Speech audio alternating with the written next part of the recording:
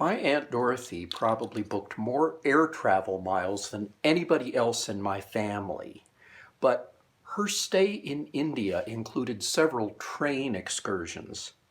Even when she arrived there in 1957, train travel in India, particularly for women, was already getting bad press, and many people considered it rather dangerous. My aunt was determined that during her sojourn there, she wanted to eat and live and travel as those around her did, and she consistently rejected offers to make her experience more comfortable, more Western. But having read about others who ran into trouble on the Indian railway system, even she had some apprehensions about her first train trip.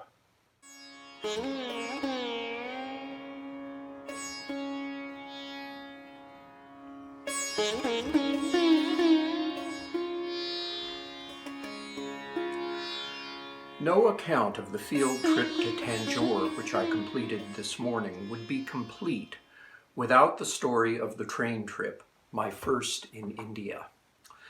For months now, my anticipation has been building to the moment and even some anxiety.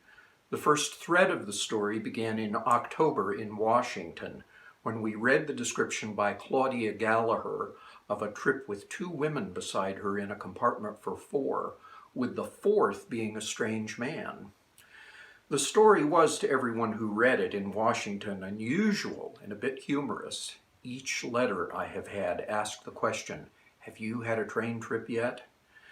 Then I read of a parliamentary investigation of the safety of women traveling. An American woman was robbed and injured by a man entering her compartment in which she was traveling alone. Others reporting on trips gave stories of being awakened in the night by travelers at various stations along the route asking to be admitted. One person reported the berth he occupied was also the habitat of many insects, and that he shared the space with some Indian gentleman who snored. Dr. Hara Heron, who planned the trip, asked if it were necessary for me to have a compartment for women, and I said no.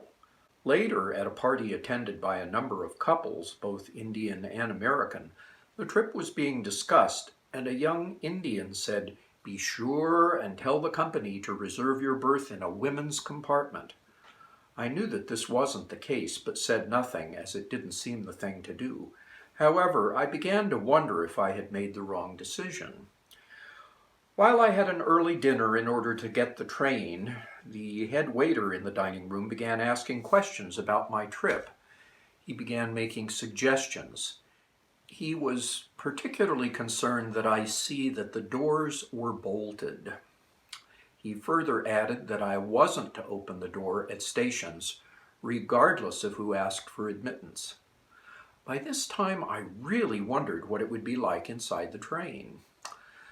When I arrived at the station and went to the board to check my reservation, one of the clerical staff at the health department came up, saying he was looking for me.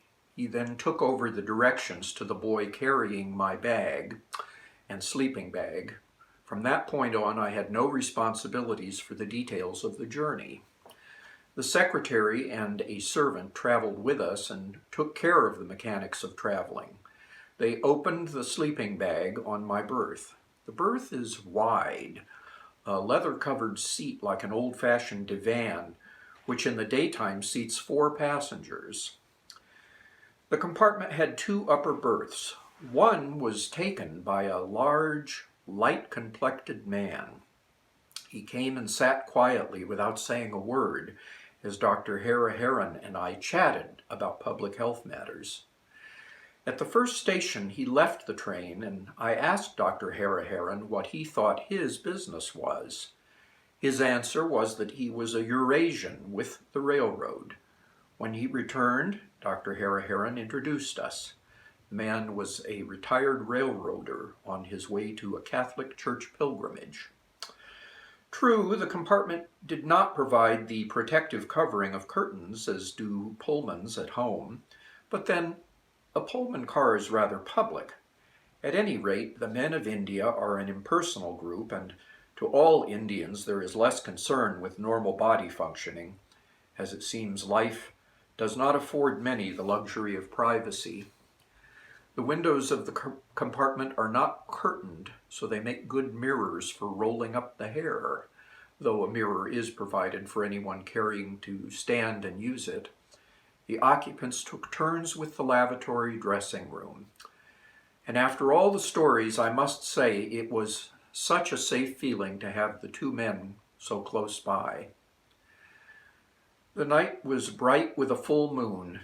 As I didn't go to sleep immediately, I sat and looked out the window and watched the landscape, palm trees, paddy fields, thatched huts, men, silent sentinels in their long dhotis draped from head to foot, occasionally a large place, but all clear, like an etching lacking the third dimension in the distance. I did go to sleep and was only slightly awakened when the third passenger left the train at 5:30. Awakening at the usual 10 till 7, I arose and dressed just in time for a station stop in the health district to which we were traveling. There, one of the sanitary inspectors at the health center boarded the train with two men accompanying us and brought hot coffee, half milk and sweetened. It was very good, though a departure from the usual black.